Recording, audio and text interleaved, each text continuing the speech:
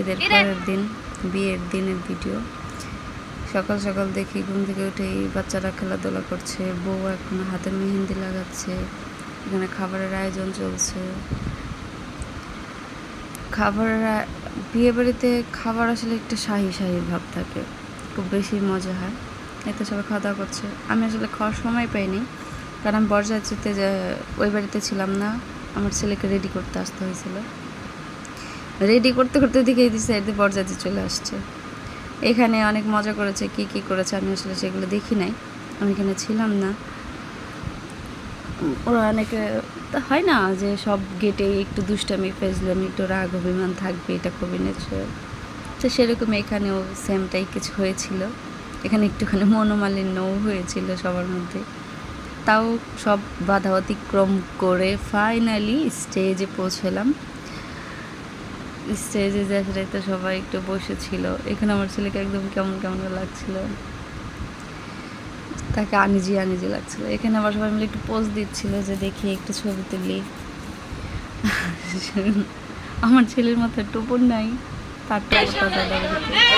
এদিকে ওই লাগেজ গুছাই দেওয়ার একটা ব্যাপার থাকে না, যে বোর কী কী দিল সেটা এটা বুঝাই দেওয়া ছিল। এখানে আমার চাচার সাথে কথা বলতেছিল, হাজব্যান্ড ছিল। এদিকে বউ সাজানো রেডি, মাশাআল্লাহ আমাদের বউরে কিন্তু মিষ্টি লাগতেছে। আসলে এদিন বউরে লাল শাড়ি পরানোর কথা ছিল, কিন্তু আনফর্চুনেটলি বেনারসির আঁচল কাটা হয় নাই বলে আর পরানো হয় না, পরে এটা পরা হয়েছে। তাও মাশাআল্লাহ সুন্দর লাগছে, সবাই মাশাআল্লাহ বলবেন।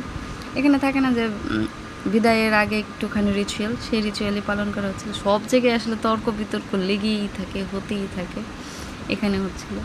আমার দেখা আসলে এটা একদম আনকমন একটা ব্যাপার। এটাতে ছেলে বলতেছিল যে তিশা এতদিন যা খেয়েছে সব ঋণ শোধ করে দিয়ে গেলাম।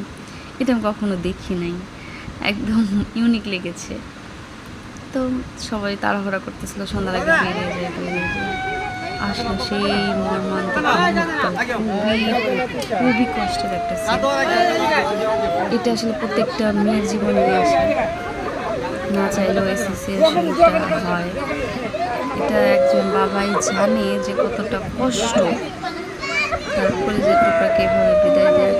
তাও এটাই নিয়ম, এটাই রীতি, মানতে হবে, যেতে হবে। সবাই দোয়া করবেন এদের নতুন দাম্পত্য জীবন খুবই সুন্দর হয়, সেটা যেন সারা জীবন সুখে শান্তিতে থাকতে পারে। তারপরে আর কি সব আবেগ কবল কাটিয়ে সবাই রওনা দিল গন্তব্যস্থলে।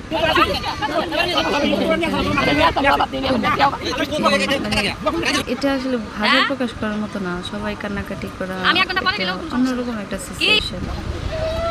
এটা সব বাধা অতিক্রম করে ফাইনালি গাড়ির ভিতরে। এখানে এসে হিতে একটুখানি আদর যত্ন আপ্যায়ন হচ্ছিল, কান্না করতে করতে একদম মেকআপের 12টা বাজাই দিছে।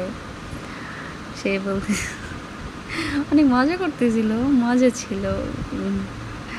গাড়িতে খুব সুন্দর একটা মুহূর্ত কাটালাম আমরা, ডিজে বাজাইতে বাজাইতে মজা করতে করতে, বোর যাতে একটু খুশি লাগে সেরকম করতে করতে আমরা গেলাম। আমার বোন বলতেছে এই গাড়ির মধ্যে আমরা 4 জন ছিলাম, আর কেউ ছিল না। দেখতে দেখতে বরের বাড়িতেও চলে আসলাম। আসার পরে এখন হচ্ছে এই যে বউকে মিষ্টি মুখ করে গাড়ি থেকে নামানো হচ্ছে, যাতে বউ মিষ্টি মিষ্টি কথা বলে সবার সাথে। ছেলের দাদির মিষ্টি মুখ করাইলো।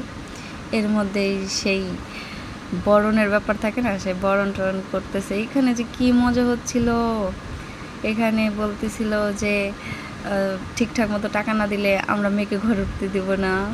যাই হোক, খুবই মজা হয়েছে। দেখা হচ্ছে আগামী পর্বে। আল্লাহ হাফেজ।